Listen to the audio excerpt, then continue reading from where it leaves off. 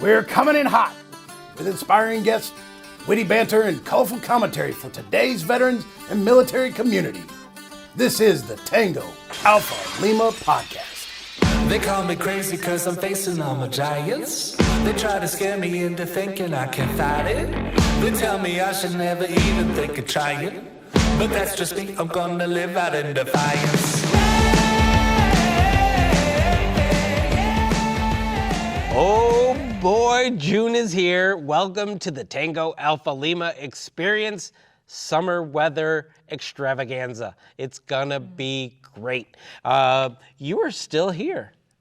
I am still here. You're so clever, and I'm glad you don't have to get your eyeballs checked or Right. VA prescription updated, because I'm here in Hollywood. And these are my newest VA glasses here. We're still in the Hollywood Legion Theater at American Legion Post 43 here in Hollywood, California. We're still sitting in these comfy seats, and we're still doing Siskel and Ebert. 2 thumbs up. All right. Wait, I have something. What? Isn't there something you want to share? Because aren't your No. elections? No. Oh, We're just gonna all move. right. We're gonna move right along. Okay. We're not gonna do local Later. post politics, but we have a great show today. We really do. We have a great guest who I met here in this building. I didn't mention that in the interview, but met her here in this building, and it was great. She came with your friend, Carrie Jeter. Yeah. Carrie. Hi, Carrie. Who was a former guest on the show. So we're giving a shout out to those people. And I feel like we should just jump right into this because we've got an interview to get to. But first, we've got kind of a heavy story, but it's important. Yes. So you're gonna have to forgive me. I'm doing my best with some of the names here, but this is in regards to the Russian soldier that was sentenced to life in Ukraine's first war crimes trial. So, of course, everyone has been just either glued to their TVs, watching as, this war has transpired, right? So, a Russian sergeant, Vadim Shishimarin, I'm guessing. Yeah. Shishimarin, 21 years old, was sentenced for killing of a 62-year-old man who was shot in the head in the village of a northeastern Sumy region in the early days of the war. This individual, was a captured member of a tank unit. He apologized to the man's widow in court. His Ukrainian appointed defense attorney argued, his client had been unprepared for, the violent military confrontation and the mass casualties that Russian troops encountered when they invaded. His attorney is basically, would like to appeal, but Ukraine's civil liberties advocates have said specifically, and I'm going to paraphrase this, an extremely harsh sentence for one murder during the war. But whereas you've got British-based human rights lawyers such as Mr. Abrams here in this story, said that the trial was conducted with what appears to be a full and fair due process, including access to an attorney. All things considering, it's a really, it's just so wild. Like, this individual is just, a few years younger than I, and to be put in that type of situation. Several years younger. First of all, speak for yourself, okay? Okay, let's just put that in perspective. But the thing is, it's like, this is just, obviously, like, he murdered someone. He murdered someone, and understanding the whole concept of this war, right? It's just unprovoked. It's not. It's a shame, and it's. I always think about how we're going to be thinking about this like 20, 40 years from now. Like, what are the ramifications of this? Like, what will the history books say? And, this individual being the first sentence, to life for, Ukrainian war crimes. It's just, I don't think this is. Well, I think there's 2 different topics at hand here. Yeah. One is the war Yes. itself. That will be judged in history. True. a historic thing here is we have someone going through a war crimes trial while the war is still happening.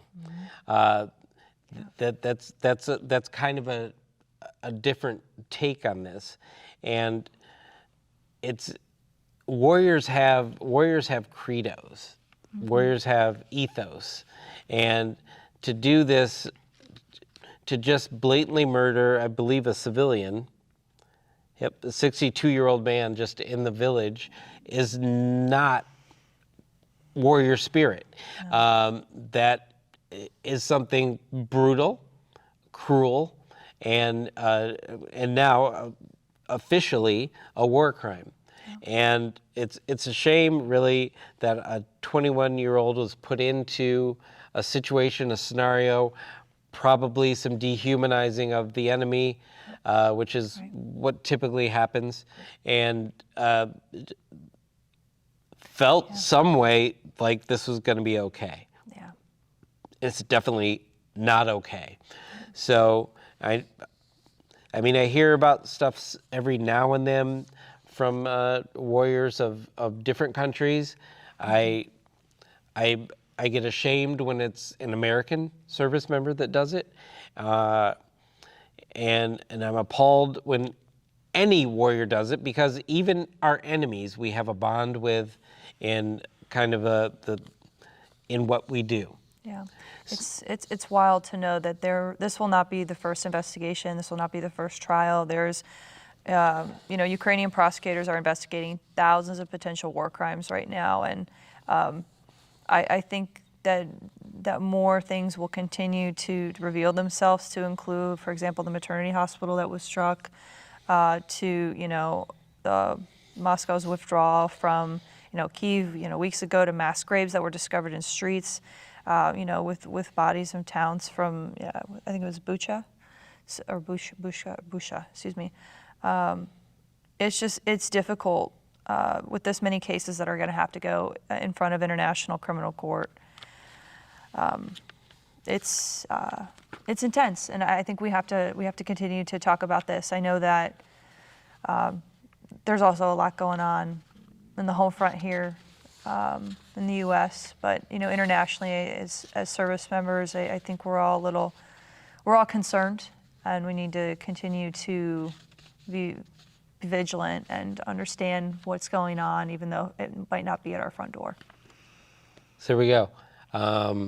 Ukraine it's a situation. It's regrettable, but we do think better of our warriors than this kind of an act, and not just our warriors, any warriors in the world. So I hope we say end to the war and this kind of behavior soon. I think we've covered that. If you want to dig deeper, we're going to have some things in the show notes. Unfortunately, you're going to be hearing more of these kinds of stories, and we're not going to talk about all of them, but if this was obviously the first one, and it was with a very young person, and it involved life in a war still going on, so we felt that it was important to bring it up. But today, you've heard from the worst of humanity. Now you're going to see one of the best of humanity. We have a guest today, very distinguished. Today we're going to be joined by retired Colonel Merryl Tengesdal. She is the first and only African-American woman to fly the United States Air Force's U-2 Dragon Lady high-altitude reconnaissance aircraft. As a former naval aviator and Air Force combat pilot, Merryl has flown over 3,400 flight hours, including 330 combat hours in 6 different rotary and fixed-wing aircraft. She has been deployed worldwide, supporting combat operations in Afghanistan and Iraq, and military operations in South America, the Caribbean, and the Horn of Africa. Tengesdal is now a motivational speaker and has a keen interest in promoting efforts to increase women and children of color in STEM. She was Tengesdal is also a reality TV star, appearing on season 2 of the CBS show Tough as Nails, and as a contributor for the Smithsonian Channel's Air Warriors, and as a commentator on PBS's Unladylike 2020, The Bessie Coleman Story, and as a technical consultant to Steven Spielberg on Bridge of Spies in 2015. Tengesdal has released a book back in October called Shatter the Sky, and we are going to be back after the break to talk with her, somebody who should be spoken to and about because she has honor and courage and skill and integrity. She has all of these things. And we're going to talk about her and all of these things and more after the break. He said it, all the things. Let's do this. I didn't say all the things. He did, twice. He said it again. Did I say all 3 the times. things? Did I say all the things? Veterans, did you know that hearing loss and tinnitus are the top service-connected disabilities, and that untreated hearing loss frequently results in social isolation and loneliness? Studies show that these issues, in turn, can lead to a host of other potential conditions. Staying connected with family and friends is so critical to our health as veterans. The Heroes with Hearing Loss program, provided by Hamilton Captel, supports veterans who face the challenges of hearing loss by providing solutions to keep us connected. Solutions such as caption telephone allow veterans with hearing loss to listen and read what is said over the phone, making it easier than ever to connect with those who matter most in life. And now, veterans can self-certify their hearing loss to receive a Hamilton Captel caption telephone and service at no cost. Learn more at heroeswithhearingloss.org. All right, as promised in our intro, we have a very special guest. Here's Colonel Merryl Tengesdal. Yes? Hi, how are you? I must have did it right. Yes, how are you? We are so happy to have you on the show. We could probably do 3 shows with all that I'm seeing here that you've done, but we're going to try to narrow in on some things today. Maybe you'll come back at some other point. Ashley, you want to start out with our first question? Absolutely. So we read off, a very condensed bio, right? But Merrill, you're an impressive individual. Okay. I was reading this bio and I thought to myself, like 3,400 flight hours, 330 combat hours, and 6 different rotary and fixed wing aircrafts. Tell me how you got like that. How do I want to describe it? So, because I'm really like I commonly say all the things and I'm trying to like condense my questions. So bear with me. But tell me how like you got started within your military career and then progressed to such amazing accomplishments as an aviator. So, it really started when I was about 7 years old. I always wanted to be an astronaut. So I watched a lot of science fiction, in particular Star Trek. And I used that show as the basic framework for me to, go on this journey to become an astronaut. So as part of that journey, I joined the military to fly because I knew that people who are in Starfleet Academy, astronauts, have to be pilots first. So I started out in the Navy. I wanted to do that branch of service for a couple of reasons. And one of it is because at the time when I was doing research, I found that a lot of the astronauts were naval aviators. So I decided, yes, this is the way I want to go. And I embarked. So in 1994, I got commissioned in September and started flight school in 95. So out of that, I selected helicopters, and my first fleet aircraft was the SH-60 Bravo. I flew that for about 4 years, left the community, and actually went on to, I got picked up by, my next job, I was picked up to fly T-6s, which was the trainer aircraft for both the Navy and the Air Force back in 2000. And so I became a T-34, T-6 instructor and ended up at Moody Air Force Base from 2001 to 2004, instructing Air Force and Navy students. And at the end of that career, as I was ending, I still wanted to be an astronaut. I wasn't going to do in the Navy, and the opportunity came to fly the U-2 aircraft in the Air Force. So I applied, got picked up, and the rest is, I guess, as you say, history in terms of my career. I started out in 2004 flying for the Air Force under the U-2 program at Beale Air Force Base. Wow. I didn't know. Wow. Just it's so interesting to know that like this all stemmed from your desire to be an astronaut. And I wish I was that motivated when I was 7, because I'm thinking about it and I'm like, I'm trying to remember what I was doing when I was 7. I was chasing the ice cream truck. Yeah, I was chasing the ice cream truck on my bike. Wait, slow down. And you were just reaching for the stars, literally, and just ascending to this higher purpose of all the things that you want to do. And you've just manifested that in your entire career. And I mean, when it sounds is like, just looking at this list of accomplishments, is that you've continued to just challenge yourself, challenge status quo, all of the above, to do what you love. And I find that incredibly inspiring. Well, thank you so much. Mhm. Right, so you went to the Air Force, and one of their mottos, I don't know if it still is, to aim high. And you definitely did that with the U-2 nickname, the Dragon Lady, or is that the name of your specific? No, it's the name of the aircraft, the U-2 Dragon Lady. So, And you're the there's a first saying in our community. African-American woman to fly that. Say again? And it says here you're the first African-American woman to fly that aircraft. Yes. So in the history, the U-2 has been around since 1955. It's been about 67 years, and in that history, there have been about 11 or 12 women to fly the U-2 in the 67 years, and I'm the only Black woman to have ever flown it. So it just says a lot, and it's already a small group of brothers and sisters in the community. We probably have somewhere around 1,100 pilots, take more or less, and in 55 years, that's not a lot. So it's just a small group of a small group of a small group. So I'm incredibly honored to be part of that brother and sisterhood. I'm incredibly honored to fly that aircraft. I mean, it's infamous in a lot of things. Gary Powers, it's known for, since we're coming up on Memorial Day. It's also, the fact that it was used in the Cuban Missile Crisis.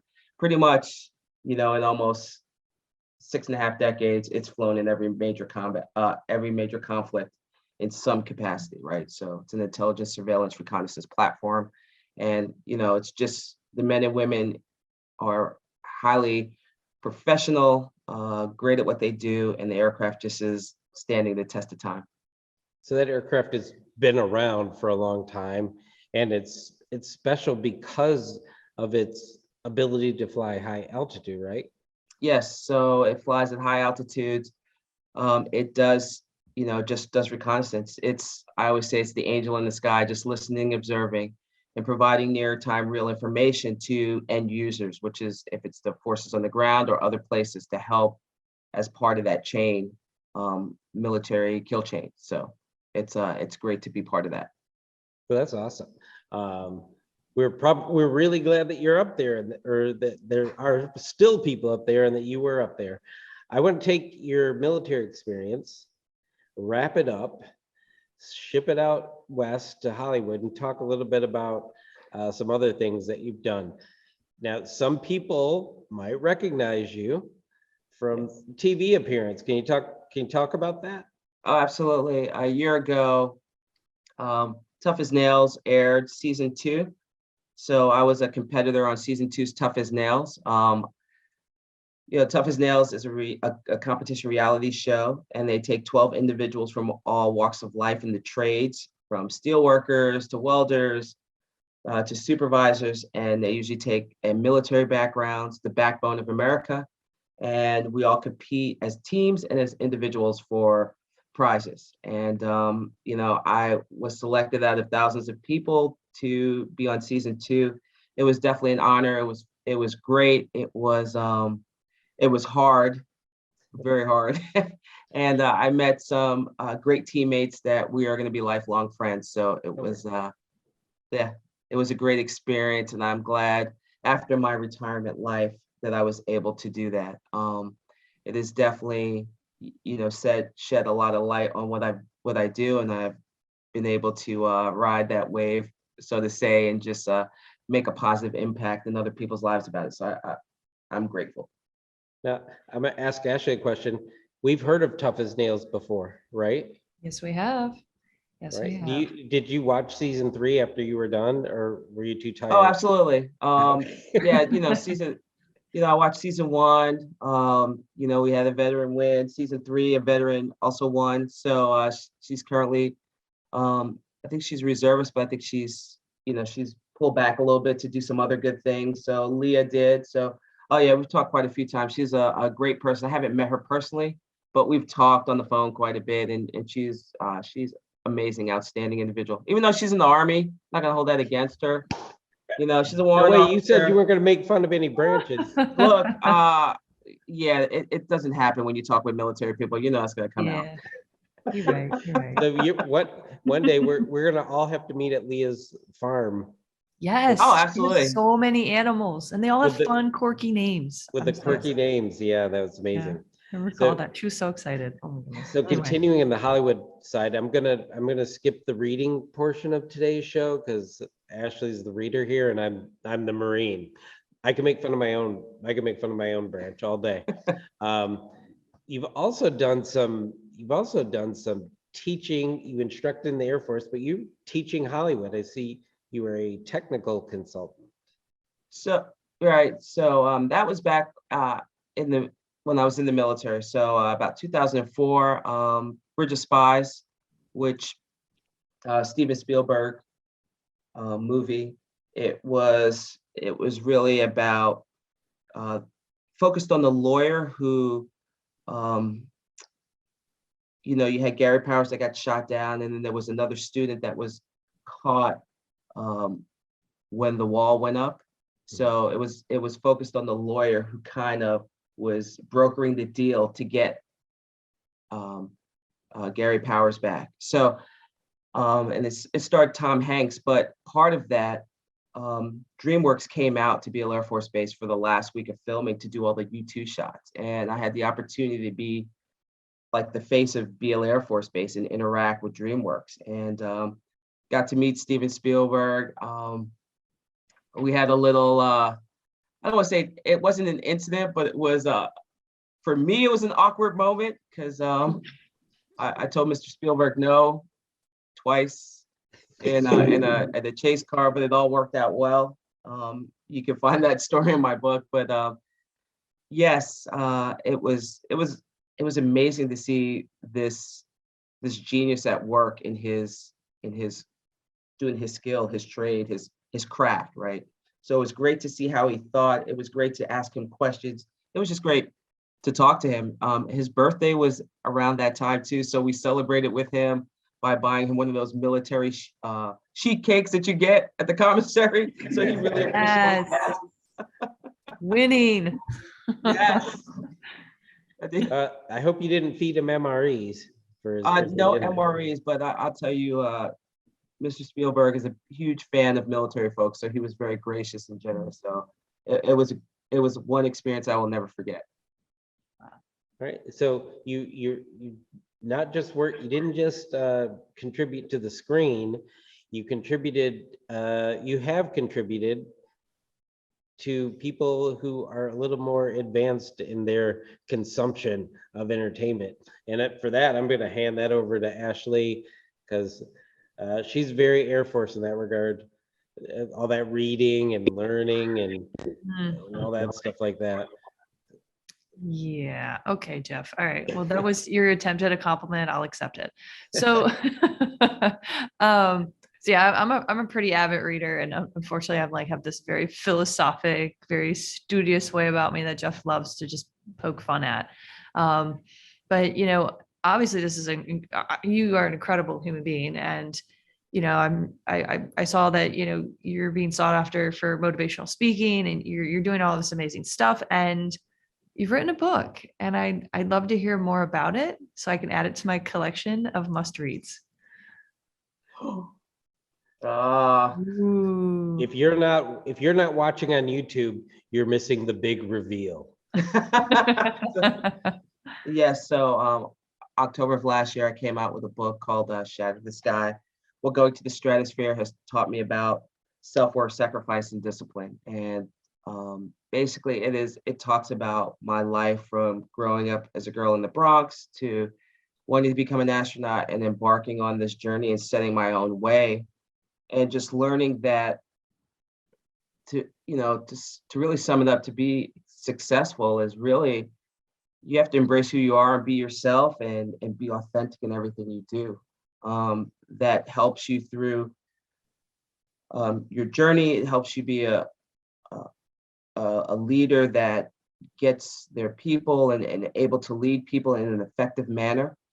And it just takes a lot of stress off of trying to be someone you're not, because the only person you can really be good at is yourself, right? And that just takes time. And some people spend a lifetime trying to be someone else, and So they true. they fail at it.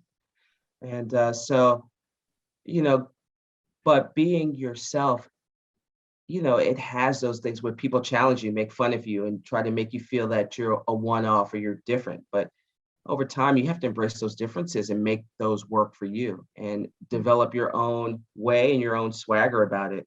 And I talk about that in the book a little bit. So, um, I hope that gets out to kids and young folks nowadays who maybe struggle with who they are. They're influenced by a lot of social media, a lot of filtering, a lot of games, and they go down a path that might be self-destructive. So this book is kind of humorous. It presents information in bite-sized chunks for you people out there that look at Instagram or TikTok and you can only consume 20 seconds of information. So it's actually, Well, listen, man, you're not Agree wrong. with me. I have made similar observations in the world, and I'm like, really? Huh.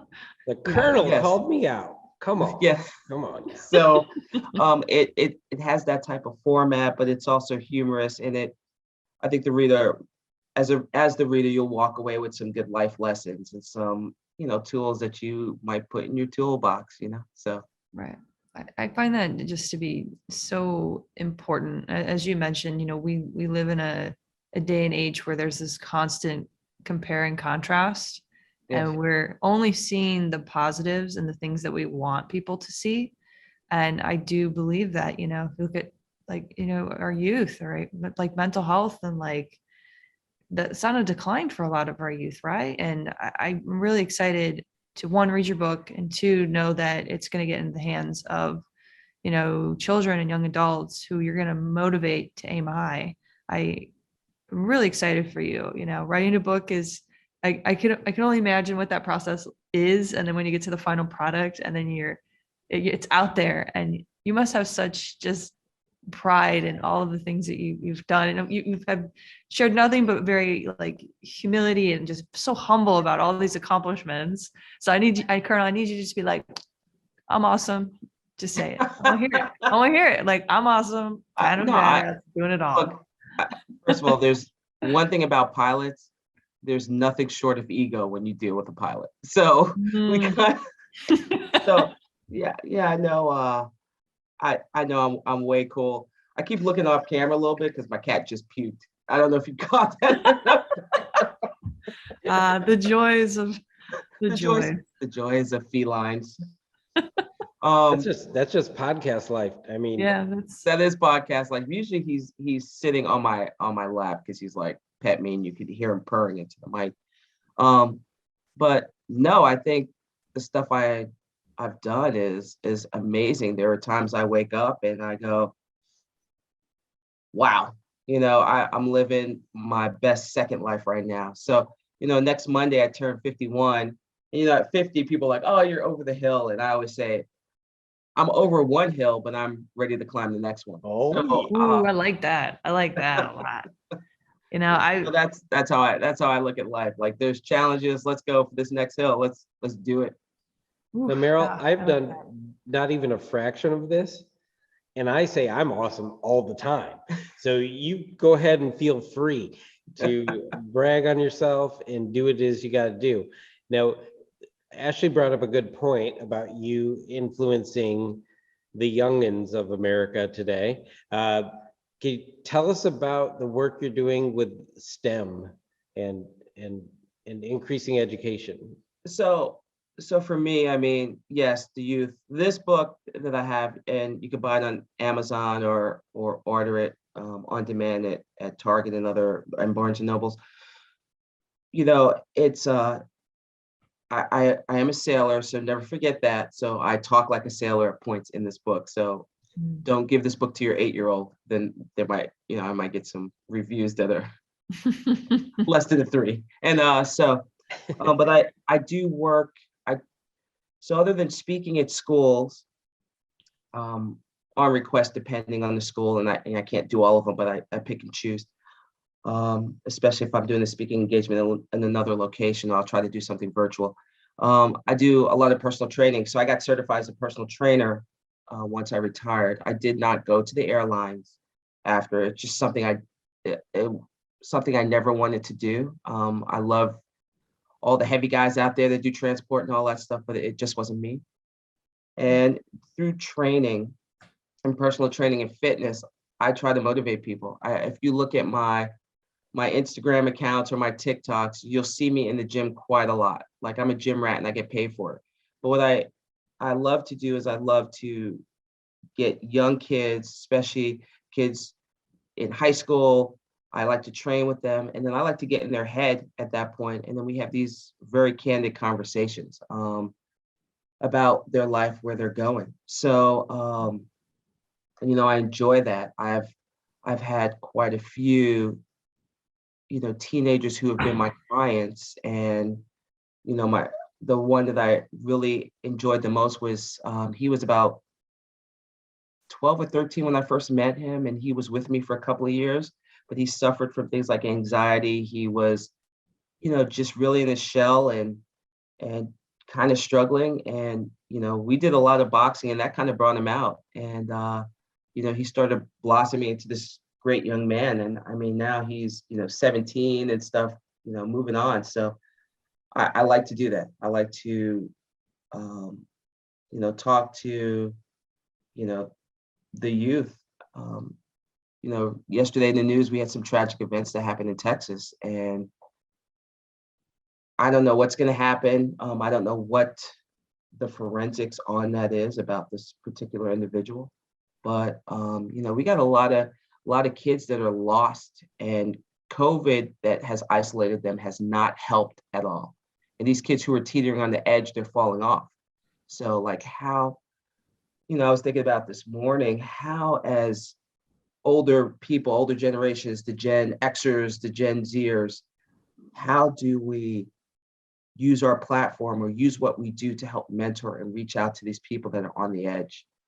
Because in some way we should be able to do that, whether it's through STEM, whether it's through personal training, whether it's just through going to a school and talking about what you do and looking these kids in the eyes and seeing if one of them pops out at you as someone that might be on the fringes. How do you do that? So I think you can talk about that a little bit, but I was just going to say, you do not trifle with frivolity at all at any stage of your life.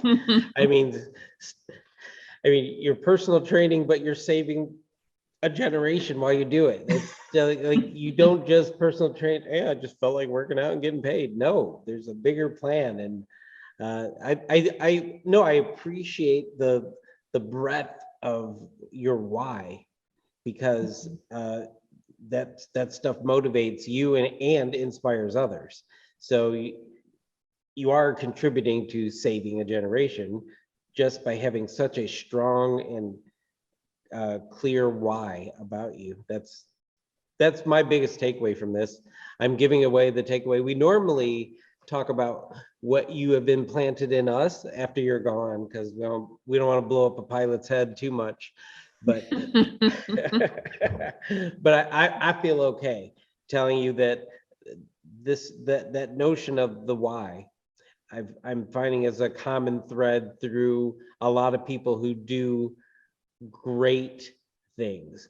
There's a lot of people do good things. There's people who have accomplishments and there's people who have, but I'm talking about, there's not a lot of them that exude and make greatness happen. And so, and your why is inspiring. I just said it. We don't have to do the final block, super producer Holly. I just gave it away. Well, the cool thing is this weekend I got back late Sunday night from air show in Oregon, Hillsboro. And I went out there at the last moment. I was selling copies of I decided to sell copies of my book out there. And the uniqueness about this air show is that all the performers at the air show were women. So they had an F-35 demo, F-16 demo. They had aerobatic, one lady, Anna, from the Ukraine, who was aerobatic pilot, doing her demo. And all these girls, Girl Scouts, men, women, boys. I went to do a signing, the 99th Oregon chapter, and hosted me out there. And I just went out there saying, okay, it'll be great to go to an air show. I haven't been to one in years. And for the next 2 days, it was nonstop signing and talking to kids, and just getting a flavor and a sense for what kids did. Some kids knew what they wanted to do, some didn't.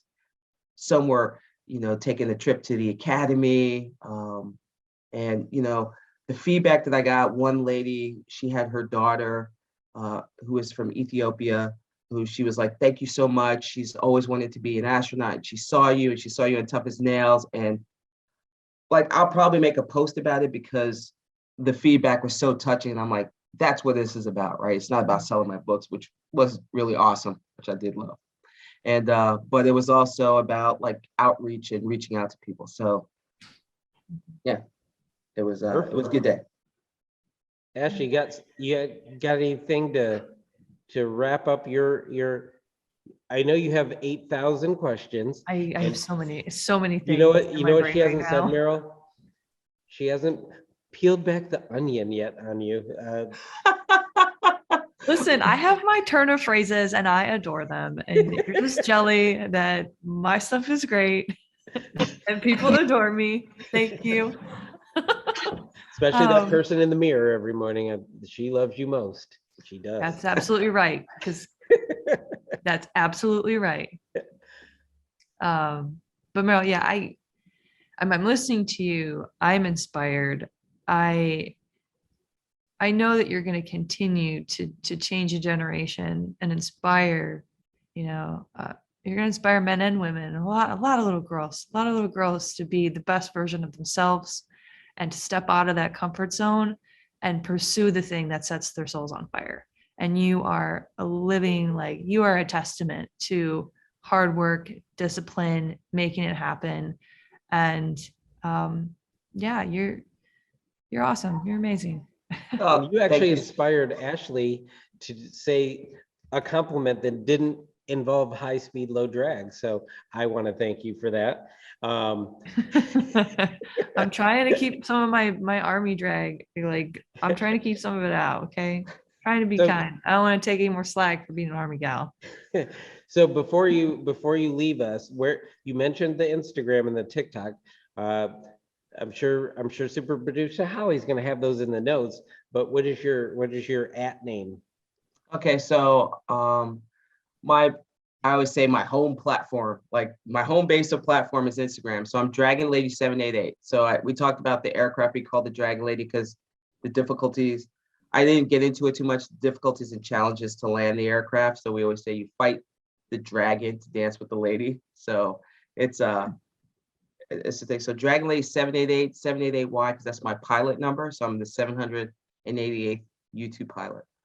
I'm on LinkedIn under Merryl Tengesdal. I don't post there that much, but people reach out to me for speaking engagements and stuff. I've talked to a variety of big corporations.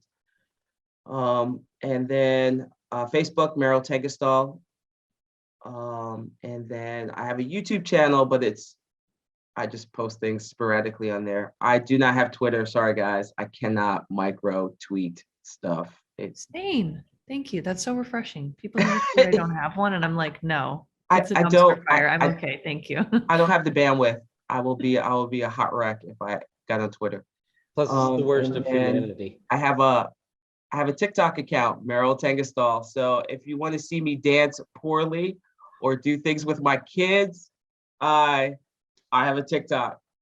Oh, do you do the trending choreography? Like, Sometimes I can't even do that, and I just go off script, and I just do what I want. Like, I mean, I think I can speak for the legions, get it, of viewers here that we got to go because we got to get to TikTok and see the Colonel Shuffle. I think.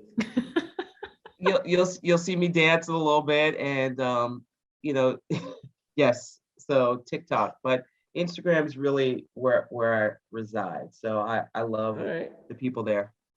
All right, ladies and gentlemen, you know where to find her. You can hit her up on the IG. Oh, she's putting up the finger, and I got I don't. the index finger, not the other finger. Yeah, the index finger. So no, I forgot. And on my website, merryltengesdal.com. Oh, Holly, super producer Holly is gonna have that all up in there. So you can find her on every platform except Twitter. Sorry. Who's it bought? Elon bought it? Something like that? Not yet. He's still trying to. Oh, he's still trying to Not buy yet. it? Sorry, Elon, you're gonna have to do something to get Merryl on your platform. But you can find her just about everywhere else. Buy the book, read the book, share what you learn, live that inspired life. For the rest of you alphas out there, we're gonna be right back. The American Legion is Veterans Strengthen America. We're in your community, supporting veterans, service members, and their families, enriching the lives of young people and promoting citizenship and patriotism. Our members are passionate about these core values. Help strengthen America by joining the American Legion today. For more information, go to legion.org/join. All right, woo! That was some high altitude awesome, and we're gonna have to land just to get back down here where we can breathe like us normal people. All right, Icarus. Because she was up there. She was up there. What'd you think? Merryl is an impressive individual. I was very inspired. I'm looking forward to getting my hands on a copy of her book and reading it. I think there's something incredibly impressive about her interest in just long-term impact and really providing guidance and the mentorship needed for the next generation. I believe that she is not only incredibly selfless, but maybe one of the most disciplined and high-speed women I've ever had the privilege of speaking with. Like I said, I felt so motivated after talking with her. I went and followed her on Instagram immediately, and the first thing I see is like her Smithsonian channel, her just giving this shout out, and the love in the comments and the things that she's doing is, it's for lack of all the words. All the words. All the words. All right, so who starts out at 7 with their motivating desire and actually sticks through with it? If you asked me what I wanted to be at 7, I probably would have said a clown at the circus. Or was I scared of clowns? I'll make sure to get you some peanuts, bud. And she inspired me to utter something like, "You never trifle with frivolity," because she doesn't. Yeah. Everything she talks about has a bigger picture, a very strong why factor to it, and she isn't trying to affect just a little bit of the world. She's trying to affect generations, which is amazing, and I think she's doing it. Agreed. But for now, oh yeah, load them up, my friends, because we're going to go into the world famous, or alpha famous, rapid fire. Pew, pew, pew, pew, pew, pew. It's much better to do in person. All right, this is from Task and Purpose. This is about the creation of a space National Guard. All right, so reviving a year-long effort to place Air National Guard members working with the U.S. Space Force directly under the command of the military's newest branch. Senators Dianne Feinstein, Democrat from California, and Marco Rubio, a Republican from Florida, introduced the Space National Guard Establishment Act on Wednesday to correct a misalignment that has about 1,000 National Guard members working on space missions within the Air Force rather than the Space Force. The Guard troops are in 16 Air National Guard units stationed across 8 states and territories. Without a National Guard component for Space Force, we risk losing many talented individuals who want to keep serving their country and their states after they leave active duty, and that is simply unacceptable. Creating a Space Force National Guard would also save money and ensure a smoother process in the event we need to activate personnel. Well, as a former National Guardsman, I can tell you that I enjoyed my time in the National Guard, and I understand why this is an attractive need for Space Force. Like, I mean, I was an M-Day soldier, which is, I'm a part-time person, and it still gave me the opportunity to wear the uniform, and for all of the reasons cited, allowed me to, be a part of my community, like 1 foot in, 1 foot out, and still continue to serve. So if there is interest and this is something that's feasible and within our budget and all of our operational capacity, then, I'm not opposed. I mean, if it gives people more an opportunity to continue to serve and serve locally, I'm down for it. You know what I love? I have no quarrel. You know what I love? Bipartisan. Like, Yeah. how often do we get to see, when are Dianne Feinstein and Marco Rubio ever going to co-sponsor a bill other than this one? I mean, I applaud that. And to be able to get, I think, some of the talents that Space Force needs, Space Force is going to be outbid by the private sector, but this would allow those people to make that money in the private sector and still serve their country. So I'm all for it, and kudos to Senators Feinstein and Rubio for actually coming together and doing something for the good of the nation in a bipartisan way. Beautiful thing. Rapid fire number pew pew 2. Now, I asked for a little help because I couldn't get into Teams, and I asked Ashley to, give me a little summary, on this.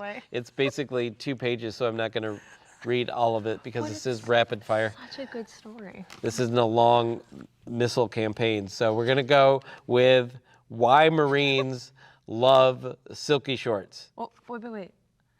I kind of want to hear your take on this before we read it, but maybe after. Go on. Well, they called it short shorts, but we call them silkies because we're cool like Terminology is important. We're cool like that. We were silkies, not short shorts. In 1958, a band called the Royal Teens released a song called Short Shorts.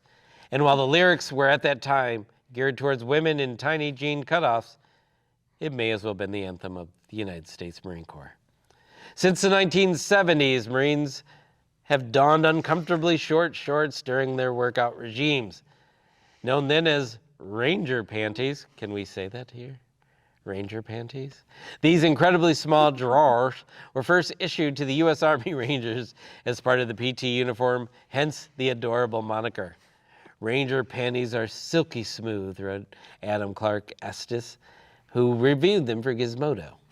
The nylon tri-cut fabric is slightly stretchy and literally as soft as silk.